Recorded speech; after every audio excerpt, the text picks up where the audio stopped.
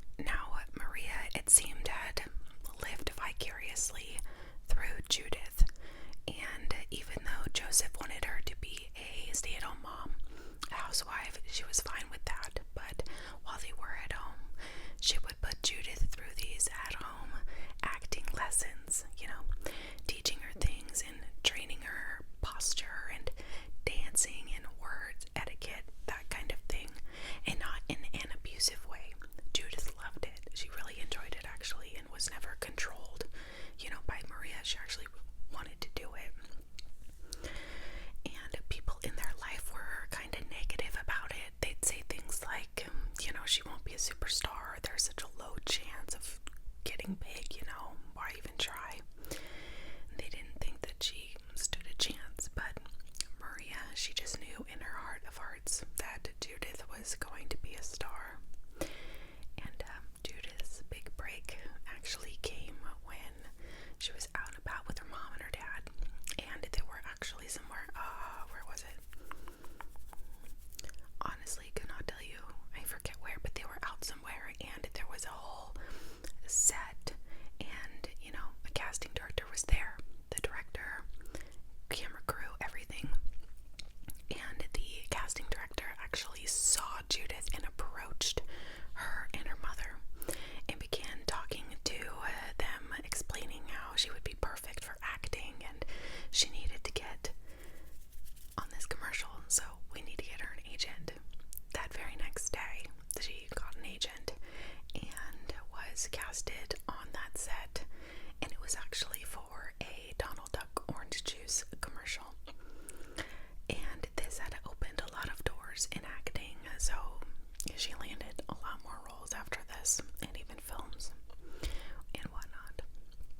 She was making over $100,000 a year by the age of 7. So they bought this nice 3-bedroom home, and this was all with Judith's money. She was in so many things. My first memory of her was playing the character as a voice actor, playing Ducky on The Land Before Time. I watched that a lot as a kid. She was also on Jaws, The Revenge, as well as All Dogs Go to Heaven, Punky Brewster. She was in a ton of things. She was in commercials for, I think, McDonald's, Lay's, tons of things. When she was just 10 years old, she was playing parts of like 6 and 7-year-olds because she was so tiny, and she was beginning to earn more and more money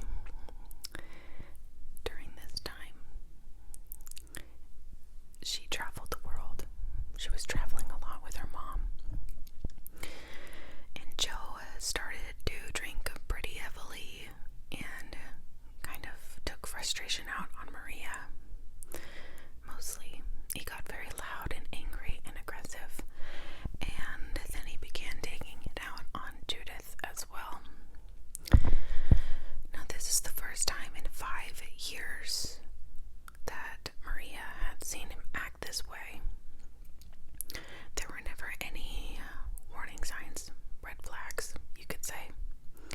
Before this, he had left this whole part of himself back far away in a different state, not LA. Now, his old friends in New York knew him as this angry, mean, aggressive guy who always wanted to fight. Every time they'd go out, he wanted to get into a bar fight. It was just something he always wanted to do. And Maria was, of course, not Joseph's first wife. He had another wife who he had met in France, and she was also a Hungarian woman. They had 2 children. And at this time, it was particularly dark because he got very violent, and he would drink a lot, and he was doing what he's kind of starting to do with Judith and Maria. Now, Clara was his first wife, and Clara said, "I'm done with this," and she took the 2 kids. He would threaten to burn the house down, and the kids were in their teens, so they understood what was going on when he threatened these things.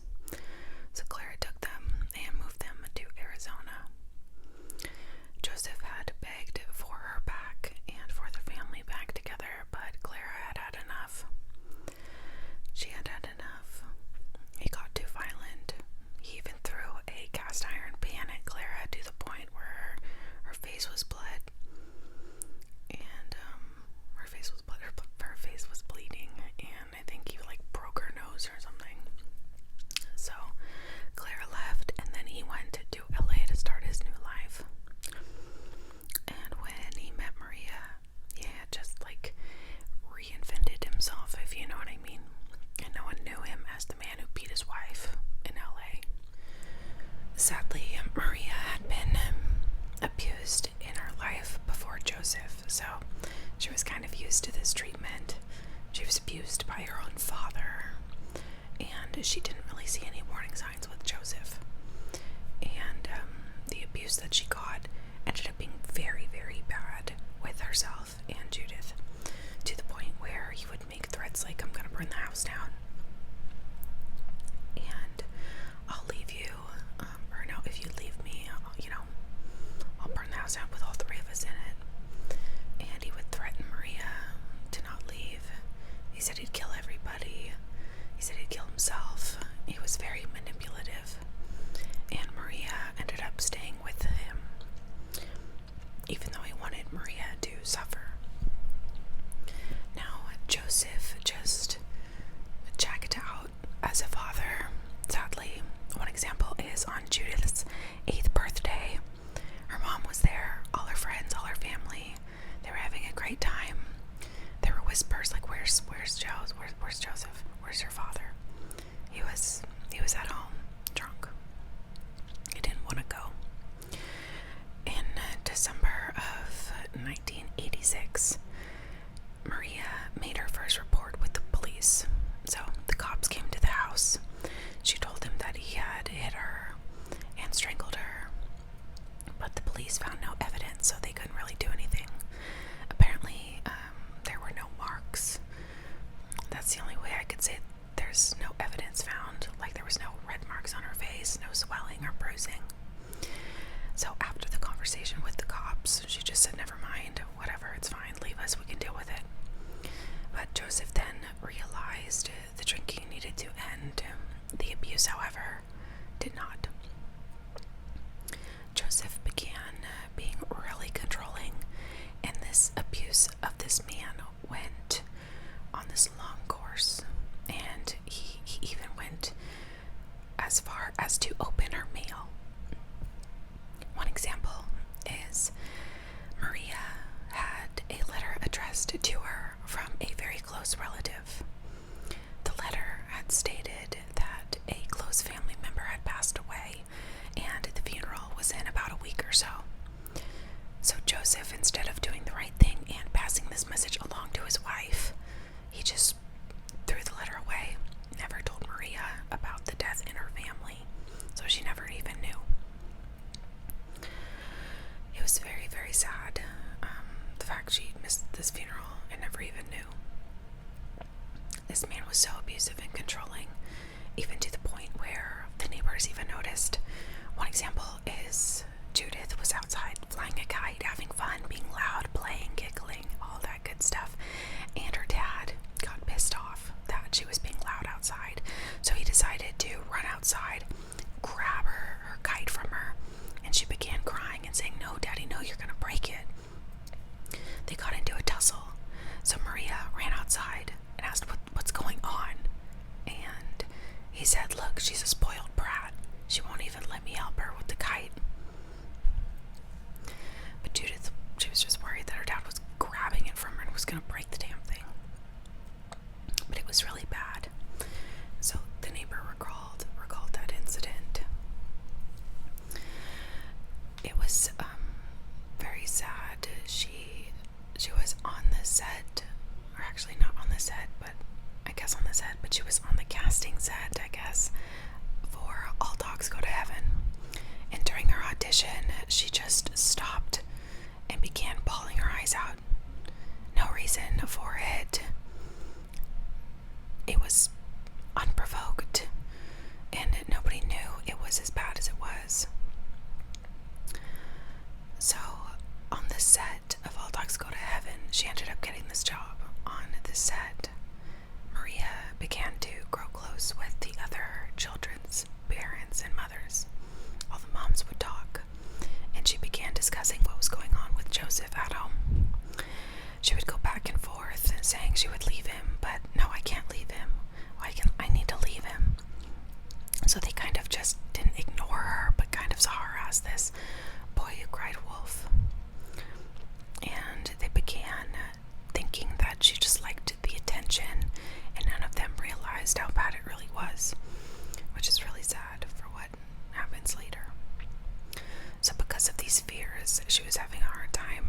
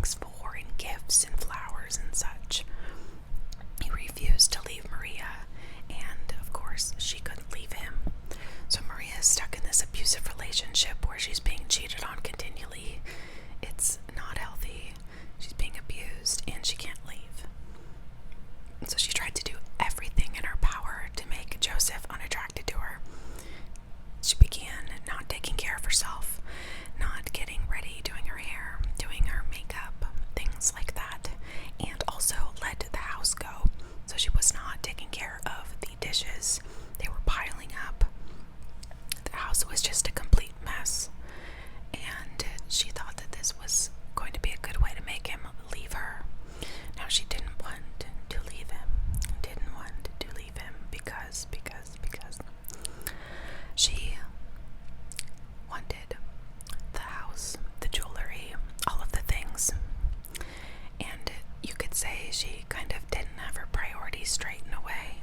I don't want to talk poorly about her because she is a victim in this case. But if only she had just left, it was her daughter's life that she should have had as first priority, in my opinion. If someone was threatening to kill my daughter or my son, I would leave immediately. There would be no, well, I want the 3-bedroom house because Judith worked so hard for it, and we deserve it. No, I would be petrified and I would leave. But that's just me. So, now,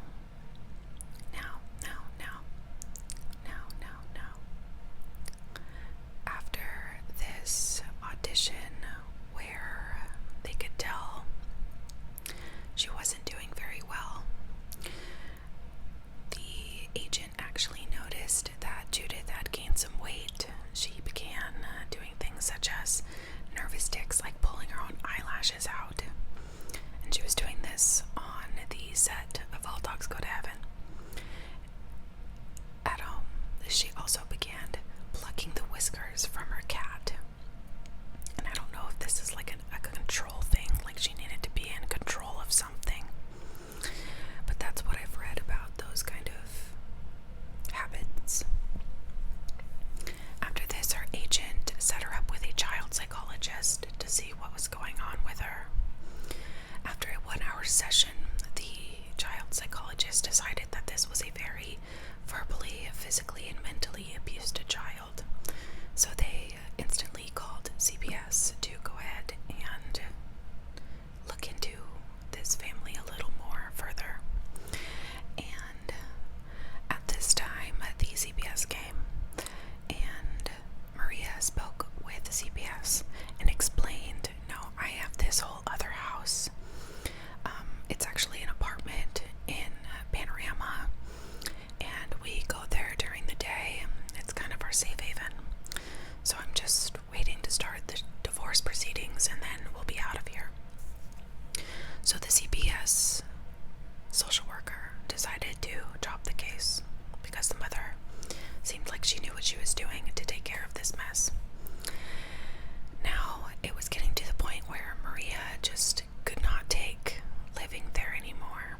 And the neighbors and friends even tried to help her, saying, like, you can stay with us, but, you know, she had this other place. And it was very sad because this was a very mentally ill family, all of them. Now, one day, it was really close.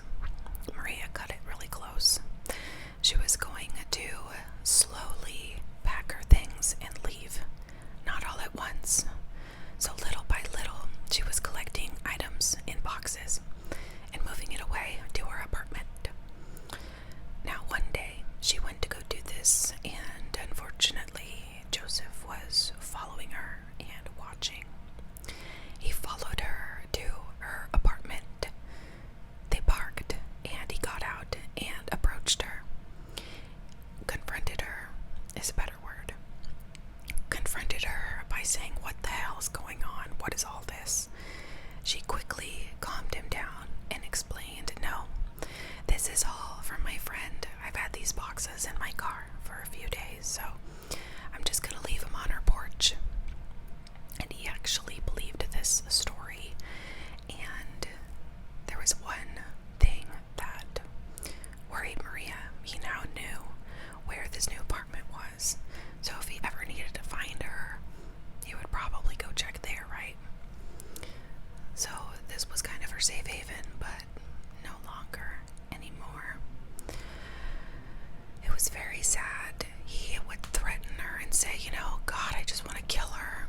And it was so sad. Judith was this beautiful little girl, and she found safety in going to visit her family friends, this couple. So she'd ride her bike over there, and one time she went over there